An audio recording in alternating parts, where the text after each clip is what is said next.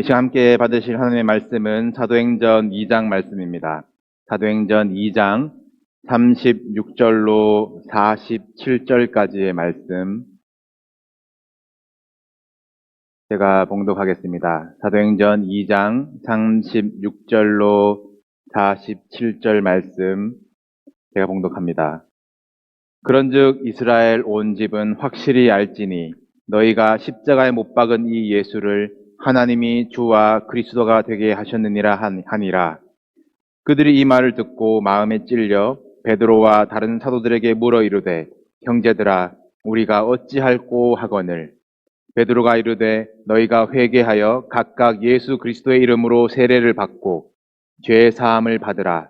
그리하면 성령의 선물을 받으리니 이 약속은 너희와 너희 자녀와 모든 먼데 사람 곧 주 우리 하나님이 얼마든지 부르시는 자들에게 하신 것이라 하고 또 여러 말로 확증하며 권하여 이르되 너희가 이 패역한 세대에서 구원을 받으라 하니 그 말을 받은 사람들은 세례를 받음에 이날의 신도의 수가 3,000이나 더하더라. 그들이 사도의 가르침을 받아 서로 교제하고 떡을 떼며 오로지 기도하기를 힘쓰니라. 사람마다 두려워하는데 사도들로 말미암아 기사와 표적이 많이 나타나니 믿는 사람이 다 함께 있어 모든 물건을 서로 통용하고 또 재산과 소유를 팔아 각 사람의 필요를 따라 나눠주며 날마다 마음을 같이하여 성전에 모이기를 힘쓰고 집에서 떡을 떼며 기쁨과 순전한 마음으로 음식을 먹고 하나님을 찬미하며 또 온 백성에게 칭송을 받으니 주께서 구원받는 사람을 날마다 더하게 하시니라. 아멘. 우리 9월 한 달 동안 교회에 대해서 말씀을 나누고 있습니다. 지난 두 주일의 말씀을 기억하십니까? 우리 첫 주에는 이 성전을 헐라. 예수님께서 이방인의 뜰에서 장사꾼들을 쫓아내시며 만민이 기도하는 집으로 선포하신 말씀을 받았고, 지난주에는 예수님이 이 베드로의 고백을 들으시고 이 반석, 이 신앙 고백 위에 세우실 내 교회, 주님의 교회, 음부의 권세가 이기지 못하는 교회를 약속하신 것을 함께 보셨습니다. 그 후에 예수님은 유월절 어린 양으로서 십자가를 지셨어요. 그리고 죽으시고 부활하셔서 40일을 함께 제자들과 계시다가 하늘로 승천하셨습니다. 그리고 제자들에게 마지막으로 당부하셨어요. 예루살렘을 떠나지 말고 약속한 것을 기다려라. 그렇게 120명의 무리가 다락방에 모여서 오로지 기도에 힘씁니다. 여기가 마가의 다락방으로 알려져 있지요. 마가의 집, 우리 최근에 설교에 언급되었었는데 기억이 나십니까? 네, 야고보가 죽고 베드로마저 잡혀서 죽게 되었을 때 사람들이 모여서 기도하던 곳, 베드로도 탈옥해서 찾아간 곳도 이곳이었습니다. 이 집 다락방에 120명이 모여 앉아서 기도하고 있으니 집이 꽤 컸나 봅니다. 또 로마와 유대인의 핍박 속에서 위험을 감수하며 자기 집을 모일 것으로 열었고 또 장소만 제공했겠어요. 네, 먹고 마시는 것 또 쓸 것들을 다 내는 헌신이 있었을 것입니다. 이런 헌신하는 이들이 있었기에 모일 수 있었고 또 오로지 기도에 힘쓸 수 있었고 또 이때로부터 열흘이 지나 오순절이 되어서 오늘 본문에 엄청난 사건이 있게 되는 것입니다. 참고로 이 마가의 집은 교회가 되었고요. 이 집에 있는 삼촌의 이 별명이 있어요. 위로의 아들입니다.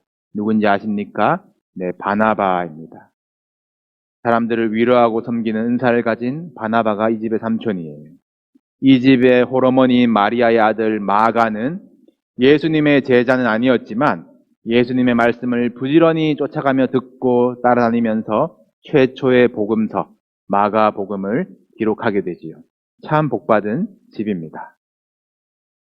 예수님께서 약속하신 것을 기다리라. 그 약속은 성령이셨어요. 그리고 성령님이 약속대로 임재하신 그 오순절, 그 자리를 우리는 첫 교회의 탄생으로 여깁니다. 오순절에 무슨 일이 있었는지는 사도행전 2장에 자세히 기록되어 있는데요. 오늘 본문 직전 2장 2절을 보시면 화면에 있습니다. 호련히 하나님이 일하시는 방법이지요. 호련히 하늘로부터 급하고 강한 바람 같은 소리가 있어 그들이 앉은 온 집에 가득하며 그들이 다 성령의 충만함을 받고 성령이 말하게 하심을 따라 다른 언어들로 말하기를 시작하니라. 쉽게 얘기하는 방언이 터졌습니다. 우리가 흔히 하시고 듣는 방언은 어떤 하늘의 언어라고 하지요. 영적인 언어를 말하지만 이때 주신 방언은 각 민족의 언어였어요. 이 방언을 듣는 이들이 말하기를 11절입니다. 우리가 다 우리의 각 언어로 하나님의 큰 일을 말함을 듣는도다. 언어는 다 다르지만 한 가지 일을 얘기하고 있었어요. 하나님의 큰 일. 그 큰 일이 무엇인지 내용은 나와 있지 않지만 이어지는 베드로의 설교를 보아서는 예수님이 주님이시고 그리스도시라는 고백이었을 것입니다. 모든 민족이 한 언어로 한 복음을 각자의 언어로 한 복음을 듣게 하시는 것이에요. 많은 성령의 은사 중에 왜 방언을 성령의 임재, 교회의 탄생의 첫 번째 증거로 나타났을까요? 이 언어와 관련된 성경의 사건 무엇이 생각나십니까? 창세기에 사람들이 모여서 바벨탑을 세운 사건이 있습니다. 그들이 건물을 올리면서 한 말이 우리의 이름을 내고 흩어짐을 면하자였습니다. 하나님께서 보시고 흩어버리셨어요. 언어를 혼잡하게 하시고 서로 알아듣지 못하게 하셨습니다. 바벨탑을 세우며 우리 이름을 내고 흩어짐을 면하려던 그 역사가 이제 교회를 세우셔서 하나님의 이름을 내고 흩어지기 위해서 모이는 역사로 뒤집어지는 것입니다. 우리 힘으로 세우며 우리 이름을 내는 것은 교회가 아니에요. 언어가 같으면 서로 다 잘 알아듣습니까? 서로 다른 표현 방법 속에 상처를 주고받는 일이 인간관계 속에 얼마나 흔합니까? 다양한 말투와 다양한 견해, 이 질그릇 같은 갈릴리 사람들을 모으셔서 성령 받게 하시고 서로 알아들으며 사랑하게 하시고 주님이 세우시는 하나님의 이름을 내는 교회가 하나님이 디자인하신 그 첫 교회, 초대 교회입니다. 어느 누구 한 사람이 목사가 성령 받고 이끌어서 되어진 것이 아닙니다. 성령님은 각 사람 위에 하나씩 임하셨다고 하셨어요. 우리 성도님들 모두 빠짐없이 성령 충만함 받으시고 사랑의 언어, 하늘의 방언이 터지시기를 주님의 이름으로 축복합니다. 모든 사람이 성령을 받았는데 그 중에 베드로가 일어나서 설교를 하기 시작합니다. 설교의 내용이 오늘 본문 직전에 등장을 하고 그 설교의 결론부터 우리가 함께 읽으셨었는데 이 설교를 보시면 이것이 우리가 알던 그 베드로가 맞나 싶을 정도로 새 사람이 되어 있습니다. 성령의 새 사람이에요. 구약을 꿰뚫어서 예수 그리스도를 증거하는 그 말씀이 베드로의 입에서 선포가 되어집니다. 성령이 세우신 초대교회의 특징이 말씀이 바로 세워졌다는 것이에요. 초대교회의 대표적인 설교 두 편을 우리는 잘 알고 있습니다. 오늘 본문 사도행전 2장의 베드로의 설교와 사도행전 7장의 스데반의 설교입니다. 스데반도 그 당시에 그 성경이었던 구약, 그것을 인용하면서 그 말씀을 통달하면서 예수 그리스도의 복음을 전했습니다. 그런데 스데반의 설교를 들은 회중들의 반응이 어땠습니까? 마음에 찔려 그를 향하여 이를 갈거늘 귀를 막고 일제히 스데반에게 달려들어 돌로 쳐 죽였습니다. 성경은 이것을 죄라고 불렀습니다. 오늘 베드로의 설교, 너희가 십자가에 못 박은 이 예수를 하나님이 주와 그리스도가 되게 하셨느니라. 이것을 들은 회중의 반응은 어땠습니까? 37절을 보시면 이들도 똑같이 마음에 찔림이 있었습니다. 그런데 이들의 반응은 무엇입니까? 우리가 어찌할꼬 였습니다.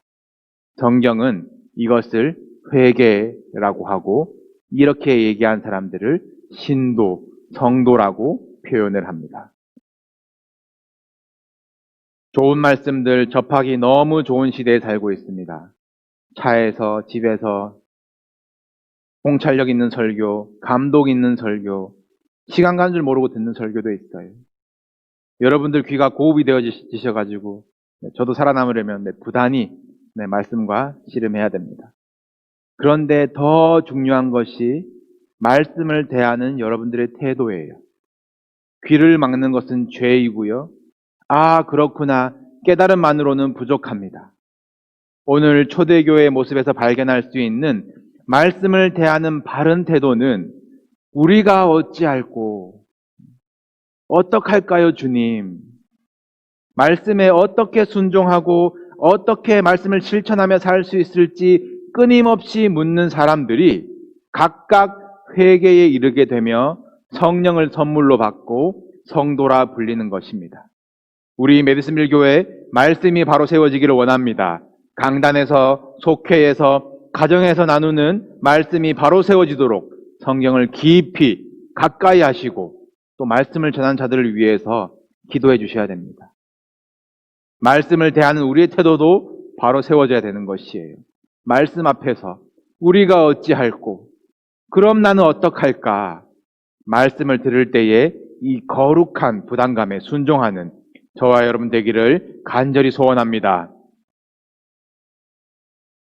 이 120명의 무리 각 사람이 성령 충만함을 입고 이 말씀으로 바로 세워지는 이 교회에 이날로 3,000명의 성도가 더해집니다. 하루에 3,000명이 더해졌어요. 흥분되는 일입니다. 야, 물 들어올 때 놓아야 되나? 이 조직을 어떻게 할까? 야, 속회 편성 어떻게 했는지 모르겠어요.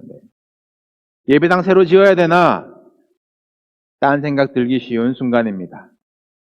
그런데 초대교회는 어떻습니까? 42절을 다시 한번 보겠습니다. 42절, 그들이 사도의 가르침을 받아 서로 교제하고 떡을 떼며 오로지 기도하기를 힘쓰니라. 계속 띄워놓으시고요. 그들이 사도의 가르침을 받는다라는 것은 갑자기 들어온 이 3,000명 속에서도 질서가 있었다는 얘기입니다. 저들이 다 갈릴 사람이 아니냐 무시했었지만 교회 안으로 들어와서는, 성도가 되어서는 이 영적인 질서, 사도들로부터 말씀을 들으며 하나님과의 관계에 대해서 배우는 것이에요. 그리고 나서 이들은 교제합니다. 하나님과의 관계만큼 이웃과의 관계는 중요한 성도의 사역, 하나님의 명령이에요. 그리고 떡을 떼나는 것은 무엇입니까? 예수님이 기념하라, 기억하여 행하라고 하신 성찬을 말합니다. 이 당시에는 이것이 예배였어요. 그리고 결정적으로 이들은 오로지 기도하기를 힘쓰니라. 이것이 120명일 때나 3,000명이 들어올 때나 초대교회가 늘 지켰던 교회의 핵심 사역입니다. 여기에 교회의 본분이 있고 능력이 있습니다. 이 초대교회 이 모습에 43절을 보시면 사람마다 두려워하는데 기사와 표적이 많이 나타나니, 오늘날 사람들이 교회를 두려워합니까? 오히려 조롱거리는 아닌가요? 우리에게는 어떤 표적과 기사가 있습니까? 교회가 본질적인 사역을 놓치고 조직과 숫자와 크기와 어떤 프로그램, 부차적인 것에 한눈을 팔고 있는 것은 아닌가 끊임없이 점검해야 합니다. 다 배웠다, 다 안다, 다 해봤다 교만하지 마시고 가르침을 늘 받으셔야 돼요. 그리고 성도의 사랑을 나누며 가서 제자 삼으며 교제하시기를 바랍니다. 어디서든지 떡을 떼며 예배하며 오로지, 이 오로지가 무슨 표현입니까? 어떤 상황 속에서도 성도가 할 일이 기도라는 말이 아니겠습니까? 우리가 이 교회의 본질을 회복할 때 세상이 교회를 두려워하고 우리 가운데 기사와 표적이 많이 나타나는 것입니다. 지적인 욕구를 채우는 설교, 어떤 교양 있는 모임, 뿌듯한 자선 사업으로 종교단체를 세우기는 쉬울 것입니다. 그러나 그것은 우리 이름을 내고 흩어짐을 면하자라는 바벨탑일 뿐일 거예요. 성령님이 강하게 임재하시는 교회를 꿈꿉시다. 표적과 기사를 많이 나타내는 교회가 되기를 소원합니다. 인문학과 과학이 주도하는 시대이지만 여러분들이 오로지 기도할 때에 병이 떠나가고 가정이 회복되고 막힌 담이 무너지는 표적과 기사로 세상을 두렵게 하는 능력이 일어날 줄로 믿습니다. 기도 중에 임한 성령이고 기도 중에 태어난 교회입니다. 오로지 기도에 힘쓰는 것이 교회 사역의 기본이 되어야 돼요. 교회의 힘의 동력의 엔진이 되어야 됩니다. 우리 교회가 만민이 기도하는 집이 되도록 기도의 분량을 채우시기를 바랍니다. 기도의 자리로 나오시기를 바랍니다. 우리가 어찌할꼬 이 마음의 찔림이 기도해야 되겠구나. 이 기도의 결단으로 이어지시기를 주님의 이름으로 권면합니다. 오늘 본문에서 또한 찾을 수 있는 초대교회의 특징은 무엇입니까? 순전한 사랑이 일어나는 교회입니다. 믿는 사람이 다 함께 있다고 했어요. 소외된 자가 없어요. 각 사람의 필요를 성도가 재산과 소유를 팔아서까지 채우기 시작합니다. 날마다 마음을 같이하여 성전에 모이기를 힘쓰고 성전뿐만 아니라 집에서도 떡을 뗀다. 이 집에서도 예배를 드리는 거예요. 중요한 것은 이것을 기쁨과 순전한 마음으로 했다라는 것입니다. 은혜를 알면 기쁨으로 섬겨집니다. 무슨 일을 하든지 누구를 대하든지 죽게 하듯 하면 순전한 마음으로 차별 없이 계산 없이 사랑하고 섬겨집니다. 교회는 믿는 사람이 다 함께 있는 공동체라고 하셨어요. 믿는 사람이라고 하셨습니다.